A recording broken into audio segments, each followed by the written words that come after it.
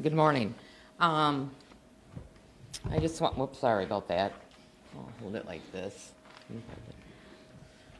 On November 2nd, 2016, at 10:24 p.m., my only child and son, Clenton Hall, his fiancee, Katie Pasqualini, their co-worker, Kim Ratke, fourth victim, Patrick Wazalewski of Lake Mills, were hit by a wrong-way drunk driver on Interstate 94 by Deerfield.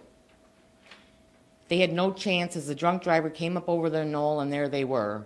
The drunk hit two cars, killed 4 people instantly, and left one person severely injured, and the drunk driver injured. Since that time, and I started researching everything, I was appalled at our laws and what was being done. And I didn't realize all the multiple offenders out there, how many people, how many crashes. One of the people here today is Dawn Church. I saw her story. Her daughter was killed less than a month before my son. I saw her story. I gave to her GoFundMe. And within 4 weeks, here is my son and his fiancee killed by a drunk driver, the same as her. 2 weeks later, there was another family where the father and the daughter were killed by a drunk driver.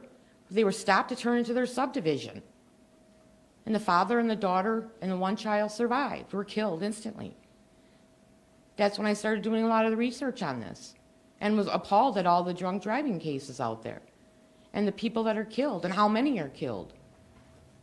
190 people killed in Wisconsin in 2017. We'll know 2018 at the end of November this year when the final stats are out.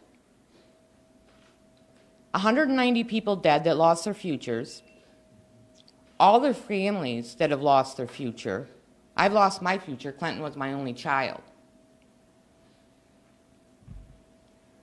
It affects not only, you know how many thousands of people it affects, and the people injured, and the people that I've met that have been injured, and how has it affected their life even though they survived the crash?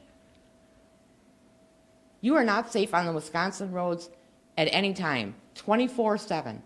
And yes, there is a problem with texting, because people will say something about texting.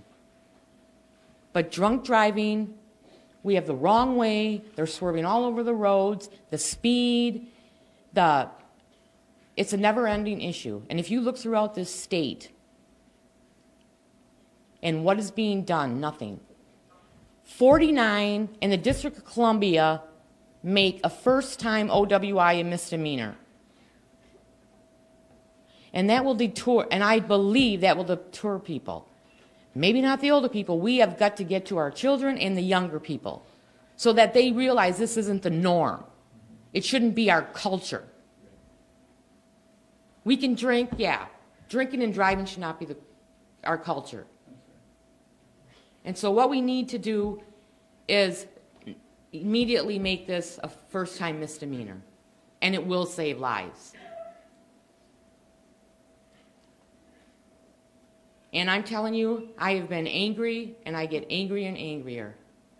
My Senator, Fitzgerald, and I live in Waterloo, doesn't want to meet with MAD, doesn't want to meet with anyone, doesn't want to meet with me. I left him 2 messages last week, nothing. And I want to talk to him. Where is he? Because he's the one that can really hold a lot of things up, too.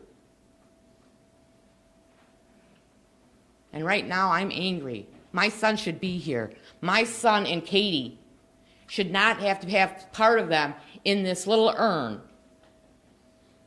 I was going to bring his large urn, but I chose not to. This is my son, and this is his fiancée. This is what I have every day. And I lost my baby. And he was the world to me. And it's hard to go on, but I'm going to keep this fight up because I'm doing it for him. I'm doing it for the future of his friends, the future of their children, their grandchildren, because it's got to stop. And in July 2011, Senator Fitzgerald, concealed carry we became the 48th state to have concealed carry. He was very proud of that. And there's a quote out there. Well, when is he going to make Wisconsin, along with the District of Columbia, be the 50th state for the first time a misdemeanor and a criminal act?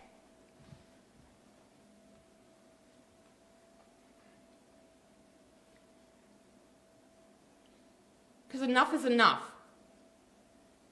I never dreamed my son would be killed by a drunk driver.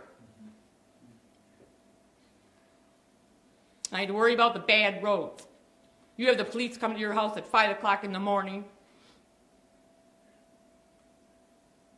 tell you that your son was killed. He wasn't killed, he was murdered. He was murdered by a drunk driver.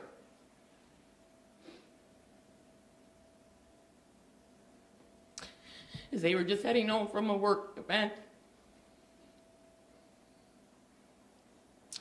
I got a text from him that day. My last text from him was at 2 o'clock in the afternoon. He's on his way to La Crosse. He wasn't driving. Wanting to know how to make his grandma's stuffing recipe. Katie didn't think that you could make stuffing without stuffing it into a bird. And I said, yeah, I have it. When do you need it? He goes, not till this weekend. Well, he never needed it. Because 4 hours after they left La Crosse, from UW La Crosse, speaking to accounting students, 4 people would be dead.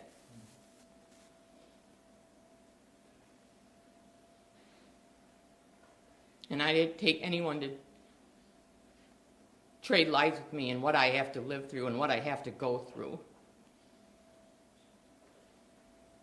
And they worry about expensive drunk drivers and ignition interlock and stuff. What about the expense to me? Financially, it'll ruin me if I don't do something. I still go to therapy. I don't have a huge career anymore. I don't make any money off the foundation. I've spent thousands of dollars of my own money on it. So, but I'm going to keep fighting. I'll fight till my last dying breath.